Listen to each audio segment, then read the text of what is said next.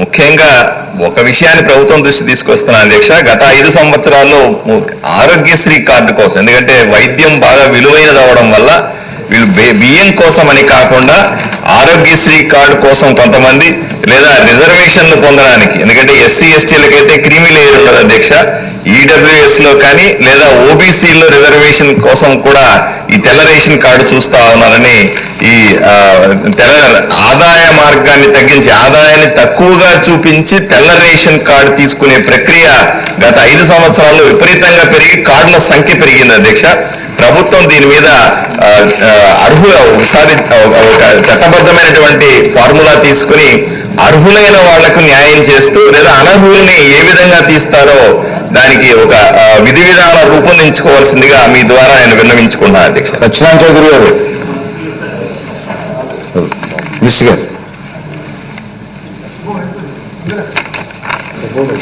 అధ్యక్ష, గౌరవ సభ్యులు విష్ణుకుమార్ రాజు గారు, పాత్సాతి గారు, ఈశ్వరరావు గారు లేవనెత్తిన పలు అంశాల గురించి కొంచెం వివరణ ఇవ్వాల్సిన సందర్భం అధ్యక్ష.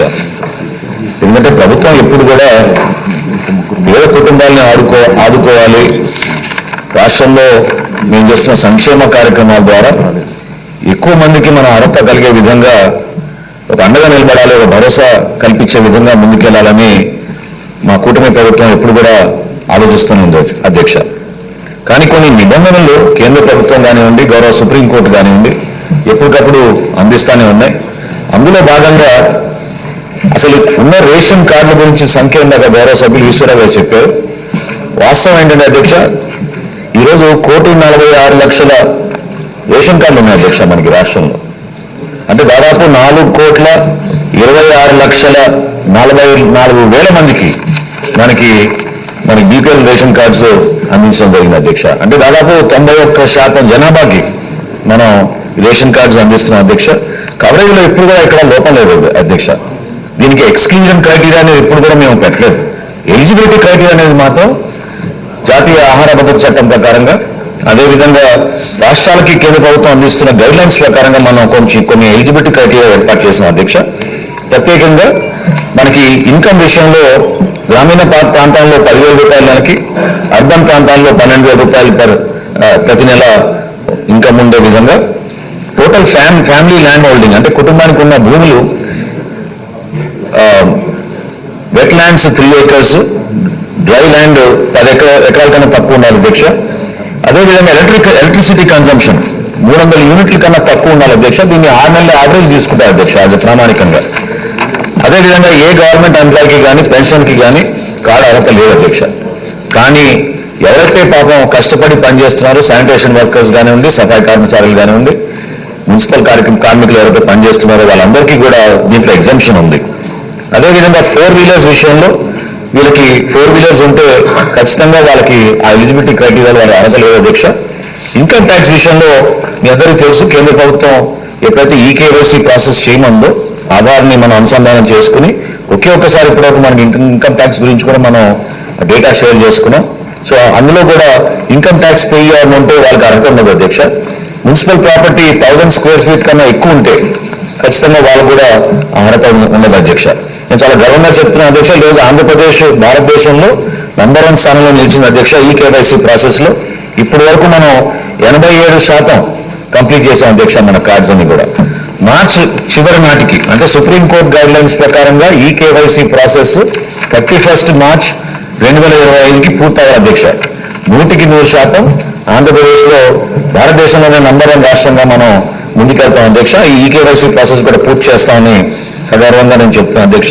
అయితే ఇంకా గౌరవ సభ్యులు అన్నట్టు విడో పెన్షన్స్ గురించి లేదా ఆరోగ్యశ్రీ గురించి కొంతమంది ఇబ్బంది పడుతున్నారని, బేసికల్గా ఇది నేను ఇందాక అన్నట్టు ఎక్స్క్లూజన్ క్రైటీరియా ఏం లేదు అధ్యక్ష. Any application is based on a unit purpose, అంటే ఫ్యామిలీ ఒక యూనిట్గా తీసుకున్నా మళ్ళీ దాంట్లో ఎంతమంది కుటుంబ సభ్యులు ఉంటారో వాళ్ళందరినీ కూడా మనం బేస్ చేసుకుని మనం ఈ రోజున రాష్ట్ర వ్యాప్తంగా, అందుకే ఇందాక అన్నారు అధ్యక్ష, 1,46,00,000 రేషన్ కార్డులకు గాను 4,26,44,000 మందికి మనం అర్హత కలిగించాం అధ్యక్ష. Only 1 supplementary. ఎవరైనా ఒక జీవనోపాధి గురించి ఒక ట్యాక్సీ కొనుక్కుని 4-వీలర్ సెకండ్ హ్యాండ్ కొనుక్కుని అది యూజ్ చేసుకుంటా ఉంటే మీకు 4-వీలర్ ఉంది, కారు ఉంది అని చెప్పి వైట్ కార్డ్ తీసేయడం జరుగుతుంది అధ్యక్ష. అట్లాగే ఏదైనా చిన్న వ్యాపారం చేసుకుందామని చెప్పి ఒక యంగ్ ఎంటర్ప్రినర్ అతనికి బీపీఎల్లో ఉన్నప్పటికీ కూడా చేసుకుందామా అంటే వాళ్ళకి ఇన్కమ్ ట్యాక్స్ రిటర్న్ వేస్తేనే కానీ వాళ్ళకి లోన్ ఇచ్చే పరిస్థితి లేదు అధ్యక్ష బ్యాంక్స్ వారు. అందుకని నీల్ ఇన్కమ్ ట్యాక్స్ రిటర్న్ వేసినప్పటికీ కూడా నువ్వు ఆల్రెడీ ఇన్కమ్ ట్యాక్స్ ఎస్ఎస్సి అని చెప్పి ఈ వైట్ కార్డ్ నుంచి తొలగించడం జరుగుతుంది అధ్యక్ష. ఇది కూడా మంత్రివర్యులు దృష్టిలో పెట్టుకుని దానికి ఏ విధమైన చర్యలు తీసుకోవాలా అనేది తమ ద్వారా నేను కోరుకుంటున్నాను అధ్యక్ష.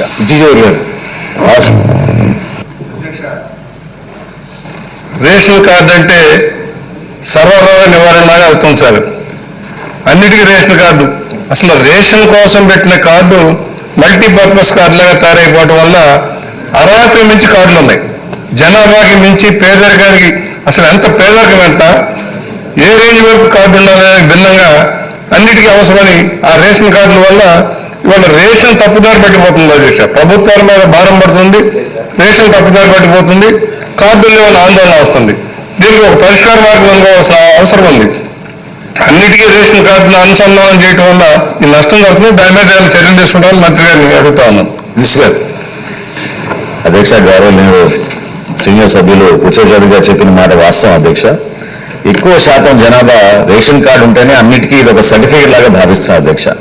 అందుకనే రేషన్ కార్డుని రైస్ కార్డుగా మనం టైటిల్ చేసి ప్రత్యేకంగా వీలైనంత వరకు మనం ఏదో విధంగా ఒక మార్పు తీసుకోవాలని ప్రయత్నం చేస్తున్నాం అధ్యక్ష. ఇందాక అన్నట్టు రాష్ట్రంలో ఈరోజు మనం 4,26,44,000 మందికి మనం ఈ అర్హత కలిగించినప్పుడు కేంద్ర ప్రభుత్వం మనకు అందించే సహాయం దీంట్లో కేవలం 61% అధ్యక్ష. ఎన్ఎఫ్ఎస్ఏ కార్డుని వాళ్ళు గుర్తించింది ఓన్లీ 61%. రాష్ట్ర ప్రభుత్వం 39%, మిగిలిన 39% కార్డ్స్కి రాష్ట్ర ప్రభుత్వం అందిస్తుంది. గౌరవ సభ్యులు రాజుగారు అన్నట్టు ఈ ట్యాక్సీస్ మాత్రం ఖచ్చితంగా ఎగ్జామ్టెడ్ అధ్యక్ష. అది పొరపాటున మీకు ఎవరో సమాచారం అందించారు. ట్యాక్సీస్ ఎవరికైనా ఉంటే మన వాహన మిత్రతోటి మన పోర్టల్ తోటి మనం అనుసంధానం చేసుకుంటాం. Taxes are definitely exempted from it. ఏమన్నా అటువంటి పొరపాట్లు కానీ దొరికితే తప్పని మా దృష్టికి తీసుకుని మేము సవరించుకుంటాం.